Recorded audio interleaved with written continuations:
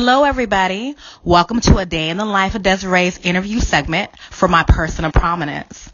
So get ready because we have literally, and I mean literally, seen this lovely lady all over the news. She's been everywhere because she's had the whole world buzzing about her success. Most recently, she appeared on the Steve Harvey Show, as well as the ABC World News segment, The Comeback, with David Muir. She will be speaking with me today about how she balanced being a single mother of 5 while still staying focused enough to graduate with a law degree. Truly, she is amazing. And I want to start by taking the opportunity to congratulate Miss Ieshia Champs on all of her hard work and dedication.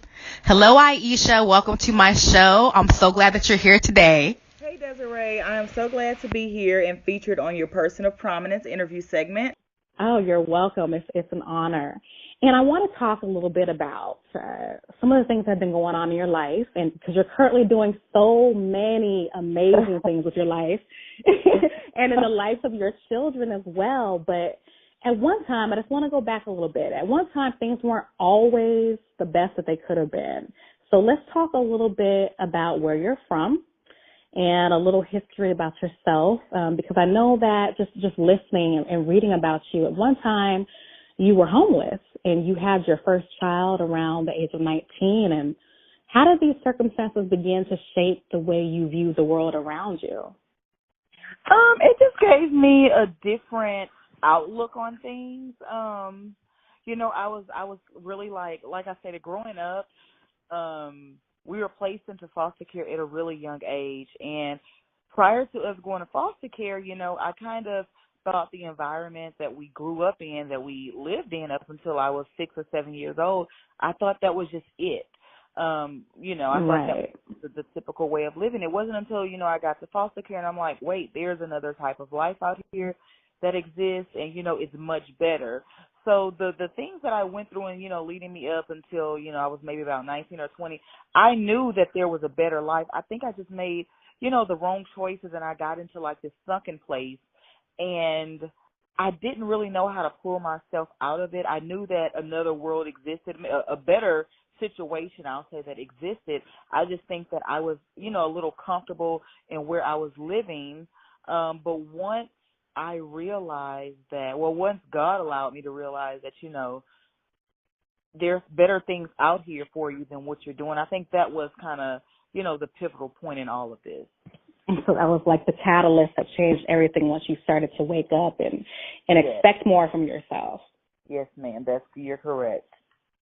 Wow. Okay. Because I just think it's amazing how you went through so many different changes to get to where you are right now.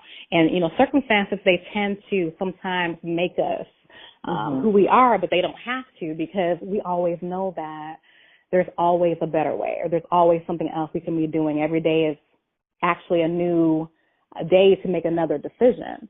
And you turned it all around for yourself. But I know that just talking with you, there was a time where, you were at an all-time low.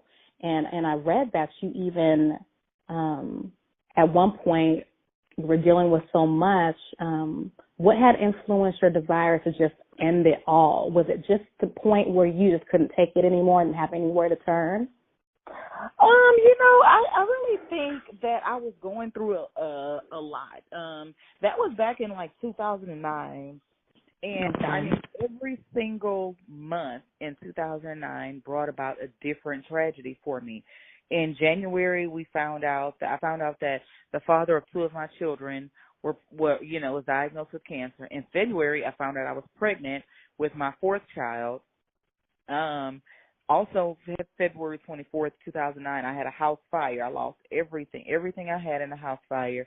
In March, in March, I lost my job. In April, they were like, you guys have to make funeral arrangements because he's not going to make it. And I'm just like, what more can happen? And then in May. How much more can a person take with all of those series of events happening month after month after month? Month after month. And then in May, we found out my kid's grandpa, which was the father of my 2 children who had cancer, we found out his dad had cancer, and he ended up passing away in June. And then my kid's dad, I was 7 months pregnant, and he passed away in July, all of the same year. And I was just like, it's just too much. Like, you know, it was really too much, and I just said I just didn't want to do it anymore. Like, I never saw myself coming out of that depression and that state that I was in. Yeah, it was really tough. That has to be very, very hard. I mean, losing someone close to us is always hard. And I think I shared with you, too, that, you know, having children is a blessing for one, and you want to be happy during those times. You want to be happy being pregnant, and it's a joyous time in a woman's life. And I kind of dealt with death, you know, the same way. My father, when I was 6 months pregnant, passed away from cancer.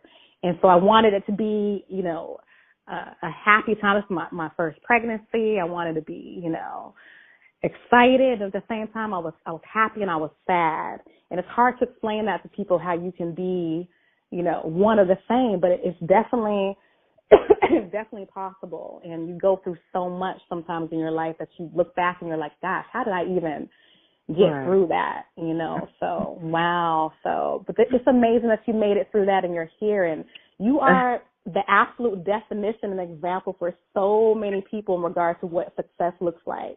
So I just want to ask you, you're welcome, because it's true. It's true. So how do you define success, and how do you actually gauge it in yourself? How do you know when you're being successful with all that you've been through? You know, that's a great question. I have yet to sit down and tell myself, oh my goodness, you are so successful. Like, I've yet to do that. Because in all that I do, I always want to remain humble, and I don't think that it's me. It has nothing to do with me. It has everything to do with God. And I truly, truly believe that He's just using me as a vessel to do everything that I've been capable of doing. It wasn't until, you know, this picture went viral that it dawned on me, like, oh my goodness, this is probably a big deal. You know, what you're doing, you know, going through life, going through law school, even up to this point now, I didn't look at it as, oh, I'm successful. I looked at it as me just doing what I needed to do for me and my kids. So I really haven't sat down and thought about the fact that, you know, oh, you're successful, or even how to define it. The only way that I can define it is that God is just using me as a vessel so that He can get the glory, and that anything is possible. Anything, right. With all things, anything is possible. And, you know, that doesn't leave anything out. Anything means anything. Yes, and I like that you actually said that, and which kind of leads me into my next question with you, because, you know, with being as successful as you are and going through what you've gone through, there was a time where, you know, things weren't as great for you, but you did come to, you found a church home, and that started to change your life. How did you even come about finding that particular church? Oh my goodness. And I really get chill bumps every time I think about this. My sister, her name is comedian Brandy. She's a comedian. Her name is Brandy. Okay. And we were attending this church. It was called Greater New Hope, and I noticed she would run off after church service on Sunday, and I said, where are you going one Sunday? And she said, I'm going to another church. And I said, who goes to two church services on a Sunday? And she was like, me. So she was like, you know, you should come and visit. And I'm like, oh, I'm fine where I am. And so the following Sunday, she said, you know, I'm leaving this church and I'm going to start attending the other church. And I'm like, wait, you have me coming to this church. How are you going to do that? Like, you can't just leave us. And she was like, yeah, you know, you should come and visit. And she's how I got there. I started, you know, I went there in 2008. And, you know, I visited. I went the very first time I went to visit the church. The spirit was so high, like, I felt God's presence, and I have been there every day since. Ever since. Wow. Ever since. That's a great story to even tell, like, the new people that probably come to the church and want to hear about, you know, how, you know, God moved through you and how you decided to stay there. The whole story is just amazing. And, you know, people and circumstances are put in our path for reasons, too, to help us get to where we need to be. I'm a strong believer in that, that sometimes, you know, we go through what we need to go through to get where we need to be.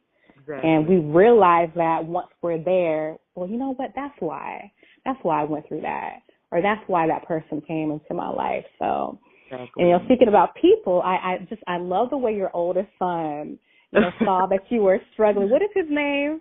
His name is David.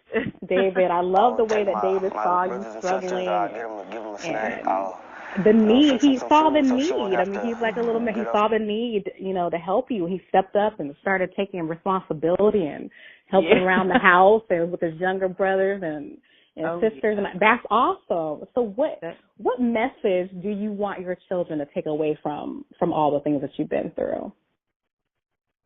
I want, when I sit down and I tell my kids about, my past, they're like, how? Like, how? And, especially David, by him being the oldest, is like he understands more. What I want my children to take away from all of this is that your current circumstances does not define you at all. What you're going through right here, what you'll be going through in the future, it doesn't have to determine your lifetime situation, So I want them to see that you may go through a struggle, you may go through hard times, or, you may have to sacrifice time and family and things for things that are going to benefit you and your family as a whole, but it's all worth it. And that if you just stay rooted, and if you just stay grounded and keep going, then whatever obstacles are in your way, or, it may look as though you're going to fail or whatever, it shouldn't even be an option. Why? Because you've seen your mom overcome so much. You've seen her overcome this obstacle and that obstacle. But one thing that my kids do know for sure is that the only way I overcame these obstacles is because of God. Because there are plenty of times I've broken down. There are plenty of times I've given up. There are plenty of times I've given up. Like, I've quit law school 10 times in my head already. But I just want them to be inspired by the entire situation. And you know what? I know that they are, because I can see that with the smiles on their faces and the pictures and things like that. And I know you had mentioned, earlier when you were younger, that your children's father, two of your children's fathers, father had passed away. So I know that yesterday was his birthday, Casey Davis. Yes. The father of your two children. So how do you even cope and help yourself and your children get through times like that? Do you share memories of him, or how do you make it special? So typically every year we would go to his gravesite and, just kind of sit around with, his family. They'll be there. And of course, I have a very big photo album. And so, I kind of go through the pictures with the kids. And of course, my older two kids, they remember. But every year, I just try to make it my Father's Day, birthdays, their birthdays. I just try to let them know, especially Cassidy, because she was living while her dad was alive. Caleb is the one, he didn't have a chance to meet his dad because he died when I was pregnant. But I just try to, let them know, your dad was a great father. He loves you all. Caleb, he was excited about you coming. It's his birthday today. We'll go get cake, ice cream. We'll go out to the grave. They always, but can we go to the gravesite? Can we go to the gravesite? And I'm just like, I guess we'll go ahead and go. So I'm here, and we'll just sit around and talk about the good times. And I mean, he died from cancer, so I just kind of let them know, he's not suffering anymore, and he's in a much better place, and they understand. Right, and that's good that they understand, because I know children, deal with death differently than adults do. And sometimes they internalize a lot, and they might not speak about it. So I think that's really good, and that's good to hear that you find ways to make sure that he is remembered. Yes, most definitely. And so, what do you worry about, Ieshia, and why? Why do you worry about what you do worry about, if you worry at all? Because you're so successful, you probably don't worry about anything. So I'm going to be honest with you. Seeing that graduation is upon us, I know that I have to go into the next 2.5 months of rigorous bar study. I know that I won't be able to work. I won't be able to spend time with my children. So there was a point in time where I worried about, oh my goodness, I have bills to pay. Like, how am I going to cook for my children every day? How am I going to do this? But God has shown me over and over again, hey, I got you. Don't worry about anything. I'm not going to say my main worry now, because as I stated before, I know that God has me. My main focus after the bar exam, as of right now, is to try to get these student loans paid off, because and and to find me a well-deserved job offer. So of course I can take care of my family and I can get these student loans paid off. But other than that, I mean, everything is just kind of, I just take it one day at a time. One day at a time. And, I'm sure that as soon as you're done with your bar exam and everything is done for you, they're going to be knocking down your door with job offers. I'm sure you're that great. And because you're so successful and you're single and you're highly motivated. Yes, ma'am. Thank you so much. What's your philosophy towards life in general with all of that? Do you have a life philosophy? I'm going to be honest with you. I know this may seem really, really, crazy. I have not had a chance to sit down and think about life for the past 3 years. It's just been rolling on. I mean, like, day to day to day. I'm probably in my books 10 hours a day, and then kids, and it's just like, even on the weekends, I'm like, I just want to sit and just think, just for 2 hours. But I really haven't had the opportunity to do so. So hopefully within the next 2 weeks after graduation, before bar prep, I will have an opportunity to sit down and think about that because I'll have a little free time. And you know what? Free time is always good time, but it's good. You're doing, what you love, and you're doing what you've been called to do. And with that time will also come celebration. And during all that, I'm sure you'll think of, all the things that make you who you are and all the things that you've accomplished. So I think it's wonderful what you're doing. But here's a fun question I have for you. I love asking this question because you learn a lot about people based on the answers. But because I know you've been in the book so much, we'll see how, because I think one thing is going to be the books you're going to say. But let me ask you, if you were stranded on a deserted island, Ieshia, what 3 things would you have and why? Great question. Physical things, or it could be physical things. It could be something that you need to survive. What would you have with you? I would most definitely have my Bible. Okay. Would most definitely have my law books. All of that.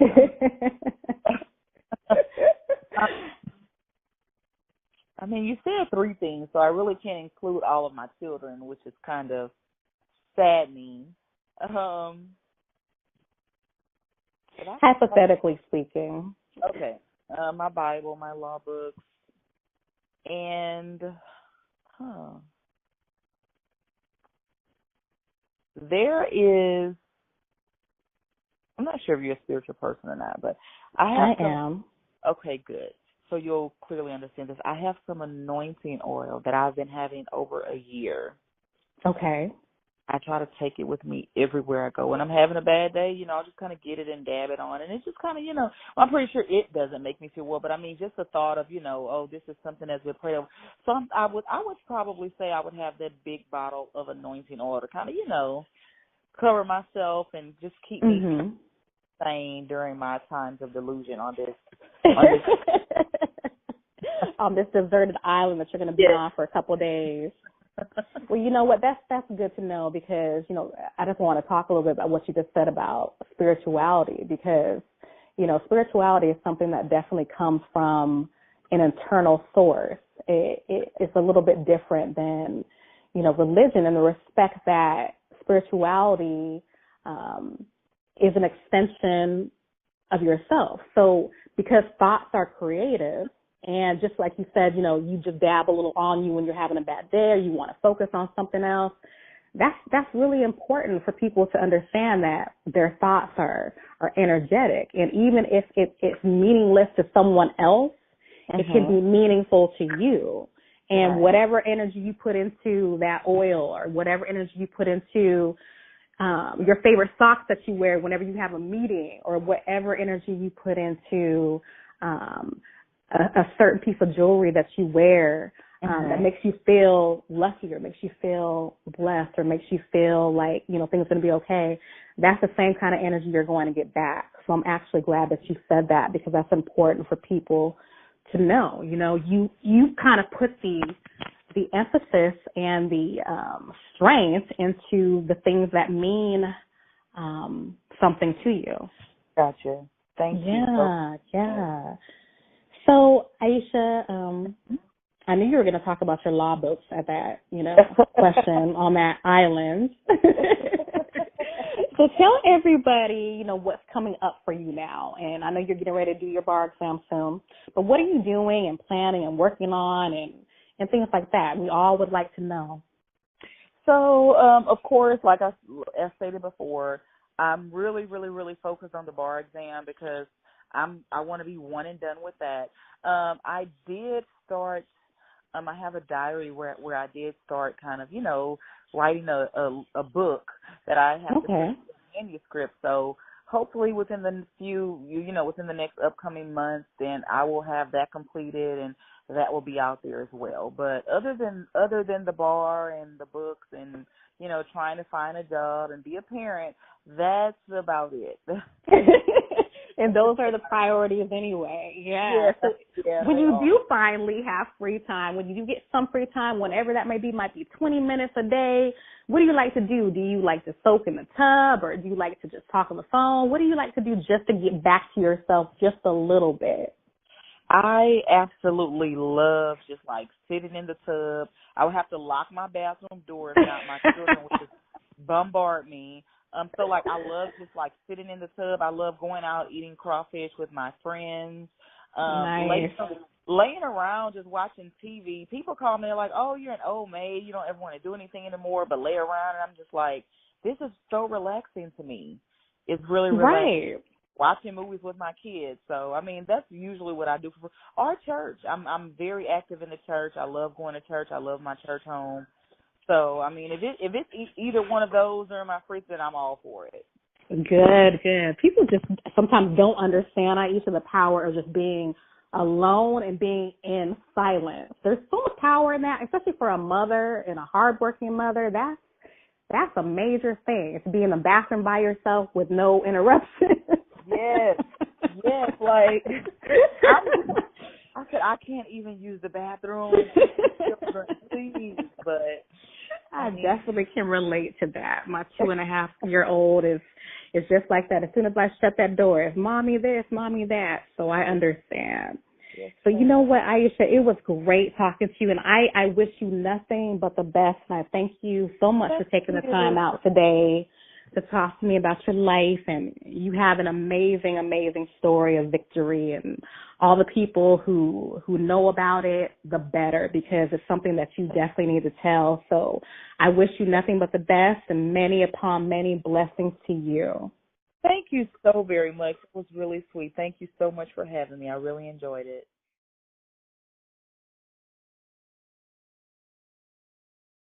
I really enjoyed myself. You're such an amazing person, and I wish you nothing but the best. Talk to you later. As you can clearly see, Ieshia is amazing. If you'd like more information on how to reach out to her, please continue to watch.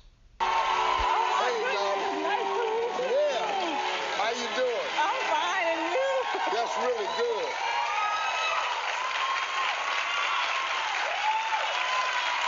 Yeah. You deserve this. Thank you. How in the world did you do that? How did you graduate from law school with 5 kids? The only explanation I have for that is God. Yeah. Thank you. Now, I like people of faith because, sometimes, y'all, sometimes that's just all you got. Yes. But I got news for you.